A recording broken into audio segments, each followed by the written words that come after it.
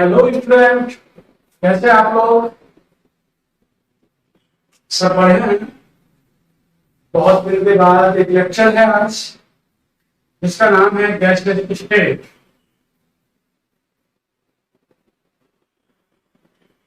इस लेक्चर में मुश्किल से 30 मिनट लगेंगे और हम लोग गैस स्टेट का एक क्वेश्चन जो हमारे नीट के पॉइंट ऑफ व्यू से आता है उसे क्लियर करेंगे। गैस स्टेट बहुत अच्छा चैप्टर है, यहाँ से एक क्वेश्चन आता है, पूरे एनसीईआरटी के साथ हम इसे कवर करेंगे। तो हमारा टॉपिक है वो है गैसियस स्टेट। कौन सा स्टेट पढ़ रहे हैं हम? Gaseous state. एक चीज ध्यान रखेंगे, ये स्टेट ऑफ मैटर की हम बात करते हैं तो मेरे पास 3 स्टेट ऑफ मैटर होती हैं। Number 1 solid state, gaseous state और लिक्विड स्टेट। तो टोटल स्टेट नंबर ऑफ कितने मेरे पास? 3। तो गैसियस, सॉलिड, लिक्विड। तो हम सॉलिड को 12th में पढ़ते हैं, यहाँ दोनों चीज पढ़ लेते हैं। तो वो लोग गैसियस स्टेट हम शुरुआत करते हैं। तो उसकी शुरुआत होने से पहले एक इम्पोर्टेंट टॉपिक ये है कि गैसियस स्टेट की प्रॉपर्टी क्या होती है। What is the gaseous state? What is the gaseous state? मुझे कोई बताएगा गैसियस स्टेट क्या है? मैं बोलूं गैसियस स्टेट जिसमें मॉलिक्यूलर फोर्स ऑफ अट्रैक्शन या molecular force of attraction between the particle of matter, molecular force of attraction between the particle of matter, between the particle of matter, between the particle of matter are minimum। कहने का मतलब ऐसी state जहां पर force कैसा होता है particle के बीच में? मिनिमम। मिनिमम फोर्स होता है। कैसा फोर्स होता है? मिनिमम। ठीक है, तो इसकी प्रॉपर्टी की हम बात करते हैं। नंबर 1, गैस के पास लो डेंसिटी होती है। नंबर 1, गैस के पास लो डेंसिटी होती है, इसलिए इंटरमॉलिक्यूलर फोर्स कम होता है। दूसरा पॉइंट, गैस और गैसों का जो मिक्सचर होगा वो होमोजीनस होगा। गैस और गैसों का मिक्सचर कैसा होगा? होमोजीनस। तीसरा पॉइंट है प्रेशर एक्सेप्ट करते हैं गैसेज, तो इसलिए कंप्रेसिबिलिटी कैसी होगी इनकी? हाई। ये इंपॉर्टेंट पॉइंट है, हाई कंप्रेसिबिलिटी। प्रेशर लगाती हैं कैसे, तो इसका मतलब कंप्रेसिबिलिटी फैक्टर ज्यादा। इसके बाद अगला पॉइंट सभी जानते हैं, ना तो गैस के पास डेफिनेट मास होगा, ना ही गैस के पास डेफिनेट वॉल्यूम होगी और ना ही गैस के पास डेफिनेट शेप होगी। तो कहने का मतलब गैस की ये सारी प्रॉपर्टी हम लोग पढ़ चुके हैं। ठीक है, तो इन पॉइंटों को आप नोट डाउन करेंगे। गैस के पास ना ही डेफिनेट मास होगा, डेफिनेट वॉल्यूम होगा, गैस के पास कुछ नहीं होगा।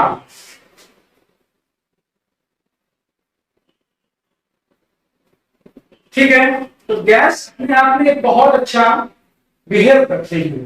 चलिए अब आगे बढ़ते हैं हम लोग। एक हमारा नया टॉपिक है गैस के ऊपर ही है, जो गैस के अलग अलग कुछ लॉ हैं जो हम पढ़ते हैं। नंबर 1 लॉ है बॉयल्स लॉ। बॉयल्स लॉ, ये गैसेस लॉ की बात हम कर रहे हैं।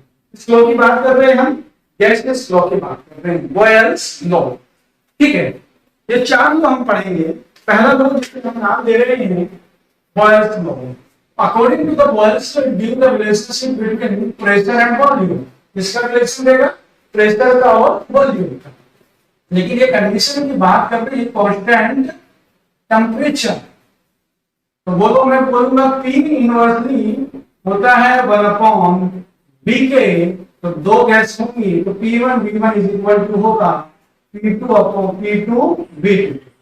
ये मेरा गैसेस लॉ है। इसके बाद मैं बात करूं in terms of density. In density D directly proportional to the pressure. तो प्रेशर बोलो इनवर्सली 1/B के, डेंसिटी भी किसकी होगी? इनवर्सली 1/B के। तो मैं बोल दूं D1 upon D2 is equal to P1 upon P2 is equal to V2 upon V1। तो in terms of density, density directly होती है प्रेशर के, तो इनवर्सली होगी वॉल्यूम के। तो ये बॉयल्स लॉ का पूरा कंक्लूजन है। डेंसिटी का टर्म अपने आप में इंपॉर्टेंट टर्म है एग्जाम के पॉइंट ऑफ व्यू से, ठीक है। एक इसका एप्लीकेशन भी इंपॉर्टेंट है कि हाई एल्टीट्यूड पर at high altitude Boyle's law applicable होता है। बॉयल्स लॉ एप्लीकेबल क्योंकि वहां प्रेशर की रिक्वायरमेंट होती है, तो इसलिए वहां कौन सा लॉ फॉलो करेंगे हम, Boyle's law, that is Boyle's law, ठीक है। बॉयल्स लॉ क्या होगा, एक बार मैं रिपीट कर रहा हूं, कांस्टेंट टेंपरेचर पर प्रेशर का और वॉल्यूम का रिलेशन देता है जो कि इनवर्सली होता है। डेंसिटी हमेशा प्रेशर के डायरेक्टली होगी, तो इसलिए d1 upon d2 is equal to p1 upon p2 is equal to v2 upon 1, that is Boyle's law. Now the next law is Charles law, ठीक है। एक सिंपल सा पॉइंट है, ये रिलेशन देता है वॉल्यूम का और टेम्परेचर का, तो बोलेंगे यहाँ तो प्रेशर क्या रहेगा, कांस्टेंट, तो बोल दूं मैं V1 अपॉन T1, बोलो क्या बोलूंगा, V1 upon T1 is equal to V2 upon T2 is equal to V2 upon T2। बोलो डेंसिटी का टर्म क्या होगा, डेंसिटी क्या 1 अपॉन टी के, तो ये भी किसके था 1 अपॉन बी के, तो बोलो डेंसिटी टर्म आ गया Charles law in terms of density. वही मेरे पास फिर से एप्लीकेशन आया, एप्लीकेशन किसमें करेंगे हम इसका use, that is hot air balloon, hot air balloon and meteorological observation,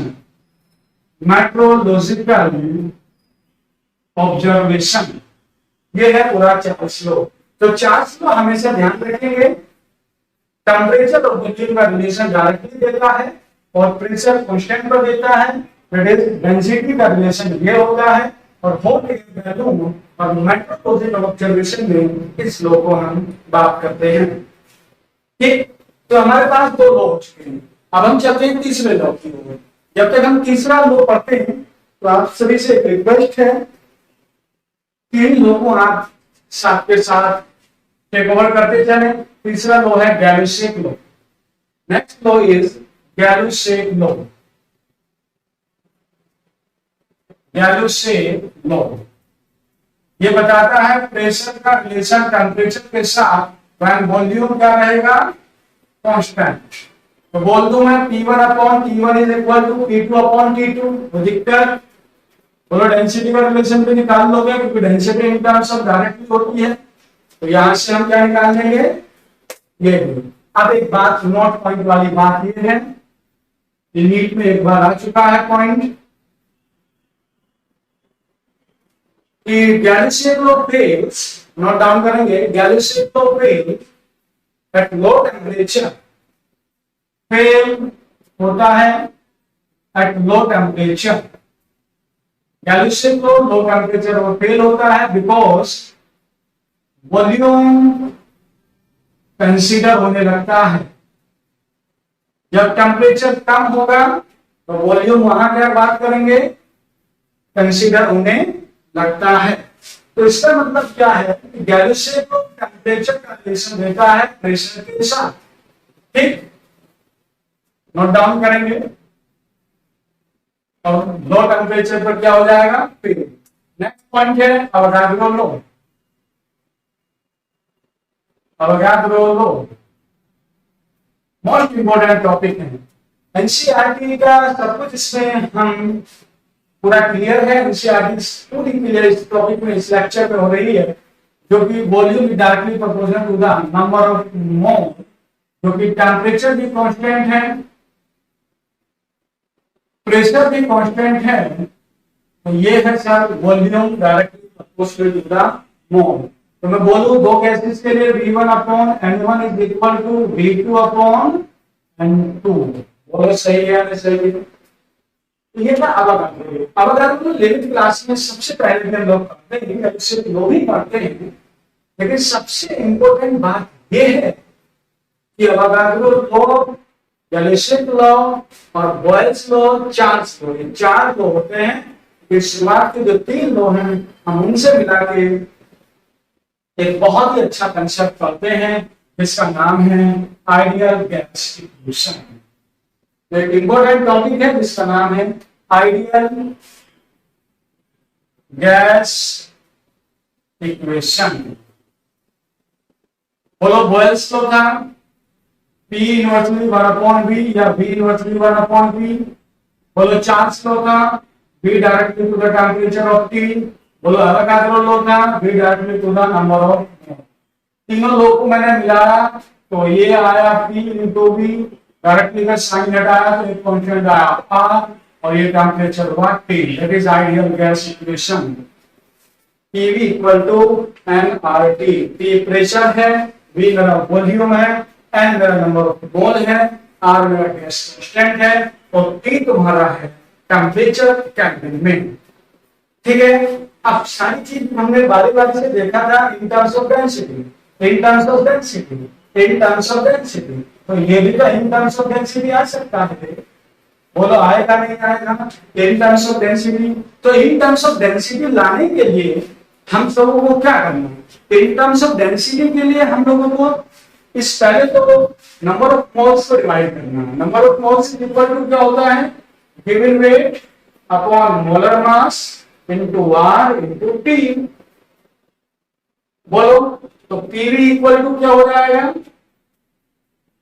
volume into density. तो फिर वेट को रख दिया मैंने, मास मतलब मोलर मास इनटू R और इनटू T। वॉल्यूम से वॉल्यूम रखा तो डेंसिटी के लिए इक्वल टू आ गया प्राइम मिनिस्टर अपॉन RT। तो इन टर्म्स ऑफ डेंसिटी ये है, किसी भी चीज की डेंसिटी ले ले और मोलर मास पूछे लगा लेना। ठीक है, तो ये तुम्हारे पास आइडियल गैस इक्वेशन थी। बोलो कौन सी इक्वेशन थी? Ideal gas equation. Ideal gas equation बहुत इंपॉर्टेंट टॉपिक, अभी हम इसकी बात करेंगे अगले 10 में। ठीक है, एक छोटा सा एक लॉ और बनता है combined gas law. Combined gas law, इस पर एक क्वेश्चन आया हुआ है। नाम से पता लग रहा कि गैस लॉ का कॉम्बिनेशन है, जो लॉ आ रहा है combined gas law. It is P1 V1 upon T1 is equal to T2 V2 upon T2।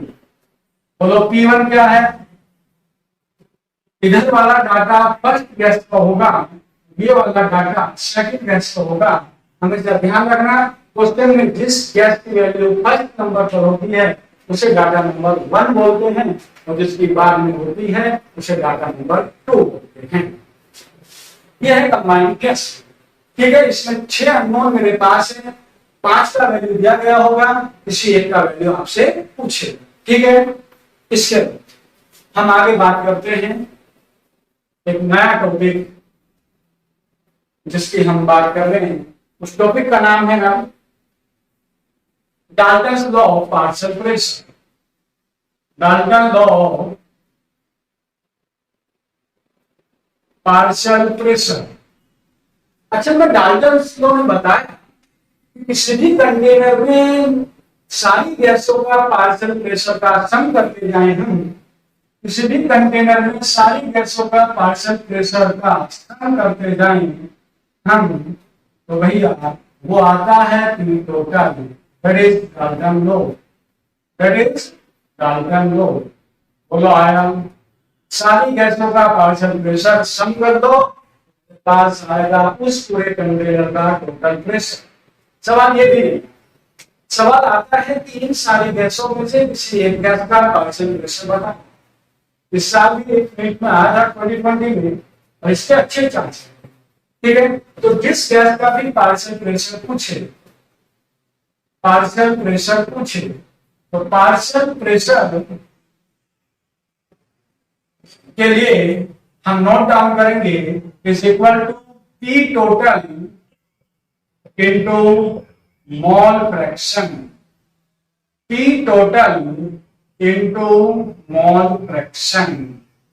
तो कहने का मतलब है partial pressure is equal to P total into mole fraction. किसी भी गैस का पार्शियल प्रेशर निकालना है तो उसके टोटल प्रेशर में हम मोल फ्रैक्शन की कैलकुलेशन कर देंगे। ठीक है, तो आज के लिए इस लेक्चर में वंडर वाल इक्वेशन आगे पढ़ेंगे। आज के लिए यही है कि वंडर वाल इक्वेशन से पहले हमने डाल्टन्स लॉ पढ़ा, उसके बाद एक लॉ है मेरे पास जिसका नाम है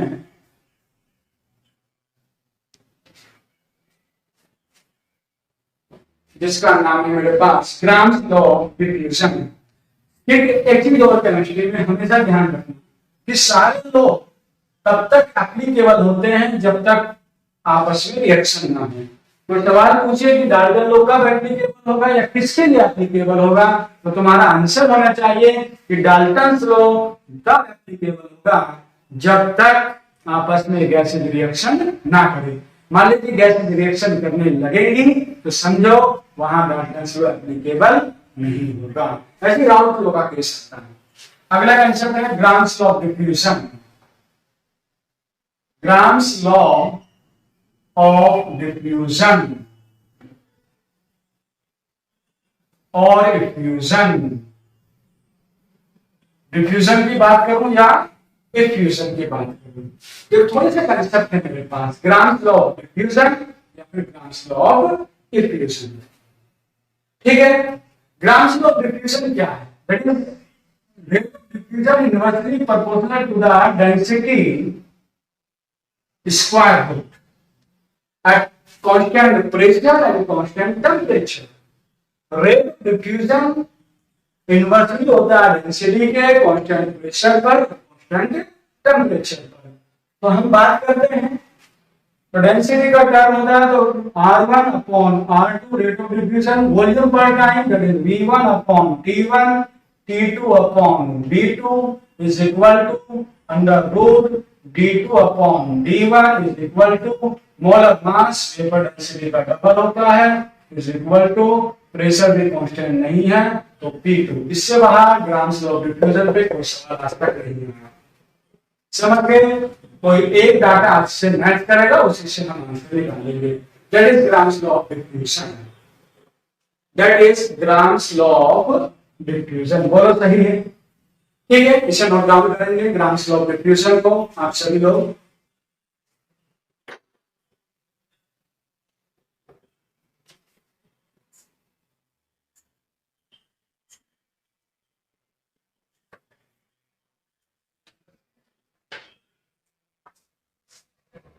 हो गया। अगला कंसेप्ट है real and ideal gas. Next concept है रियल एंड आइडियल गैस। ठीक है, उसके लिए हम ज़ेड कंप्रेसिबिलिटी फैक्टर का पता लगाते हैं, PV equal to PV upon RT.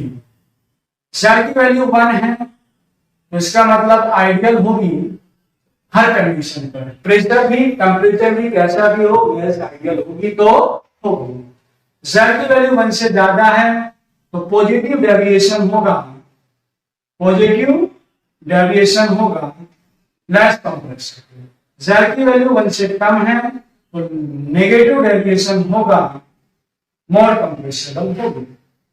तो रियल गैस का पता लगाते हैं इस कंप्रेसिबिलिटी फैक्टर से। Z is the compressibility factor.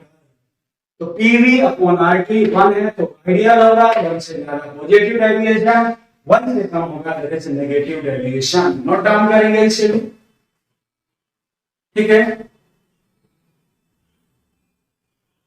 एक चीज और होती है इसमें, एक पॉइंट और नोट डाउन हम करते हैं इस चैप्टर को अभी यही लोग समझते हैं क्योंकि इससे ज्यादा कुछ है नहीं इस चैप्टर में। एक होगा वंडरवाल गैस इक्वेशन। उस वंडरवाल गैस इक्वेशन में क्या होते हैं? कांस्टेंट होते हैं, ए और बी क्या होते हैं? कांस्टेंट। तो जो वंडरवाल कांस्टेंट है ए, वो लिक्विफिकेशन बताता है कि कैसा होगा। जितना वैल्यू ए का ज्यादा होगा उतना ही इजिली लिक्विफिकेशन होगा, उतना ही इजिली क्या होगा? लिक्विफिकेशन होगा। तो कहने का मतलब ये है मोर वैल्यू ऑफ ए यानी इजिली लिक्विफिकेशन। बोलो होगा नहीं होगा? तो सारे लिक्विडिफिकेशन के सवाल देगा कि 4 गैसेज हैं, अमोनिया, हाइड्रोजन, ऑक्सीजन, नाइट्रोजन, और वैल्यू आपको पुट डाउन करेगा, तो आपको वैल्यू देखनी है और लिक्विडिफिकेशन का पता लगाना। ठीक है, यह है मेरे पास लिक्विडिफिकेशन का केस। कुछ क्रिटिकल कंडीशन होती है, जैसे क्रिटिकल टेम्परेचर होता है, ठीक है, एक क्रिटिकल वॉल्यूम भी होता है और एक क्रिटिकल प्रेशर भी होता है। क्रिटिकल प्रेशर भी होता है जो कि यह होता है 27 V²। ठीक है, जब ये सारी वैल्यू में रखूंगा Z is equal to PC मतलब BC और TC में, तो मेरे पास आएगा क्रिटिकल फैक्टर Z, जिसकी वैल्यू होगी 3/8। हम इन सभी वैल्यू को यहां पुट करेंगे। PC की वैल्यू ये रही, BC की वैल्यू ये रही, TC की वैल्यू ये रही, सब कैंसिल आउट होने के बाद बचेगा 3/8। दैट इज वन वाला कांस्टेंट की टर्म्स में आंसर आता है। ठीक है, तो आज टॉपिक में गैसेज स्टेट में हम लोग क्रिटिकल कंडीशन मोस्ट इंपोर्टेंट पढ़ते हैं। इसके बाद हम लोग पढ़ते हैं इजली लिक्विडिफिकेशन, कंबाइंड गैस लो, आइडियल गैसिफिकेशन, और सबसे ज्यादा क्वेश्चन के जो चांस है वो है ग्राम्स लॉ ऑफ डिफ्यूजन में वॉल्यूम और टाइम देकर पूछेगा किसी भी गैस का मोलर मास। ठीक है, लास्ट पॉइंट ये है relation between boiling point and van der Waals constant. Boiling point, Boyle's point, boiling temperature and van der Waals constant, that is TB is equal to A upon RB. Boiling temperature TB A upon RB. A और B क्या है? van der Waals constant. A और B क्या है? van der Waals constant. R क्या है मेरा? Gas constant. तो गैस स्टेट में मैंने देखा सम क्या पूरे चैप्टर को आपके सामने लाया। इस चैप्टर में इससे ज्यादा थ्योरी या कोई डेरिवेशन या कोई फॉर्मूला नहीं है, यही पूरा एक कंसेप्ट है इस चैप्टर का। आप सभी से रिक्वेस्ट है इस चैप्टर को पक्का करिए, मजबूत करिए, रेड क्वेश्चंस नीट 2021 में ले जाइए, बहुत ही इजी क्वेश्चन होगा। और आप सभी से एक रिक्वेस्ट और है, इस वीडियो को लाइक करिए, शेयर करिए, ठीक है, और इस चैप्टर की आप न्यूमेरिकल करिए। आप कोई प्रॉब्लम है, कोई डाउट है तो आप मुझे बताइए। ठीक है, मेडिसिन ऑनलाइन क्लासेस केमिस्ट्री में आपका स्वागत है। इस चैनल को सब्सक्राइब करिए। Thank you.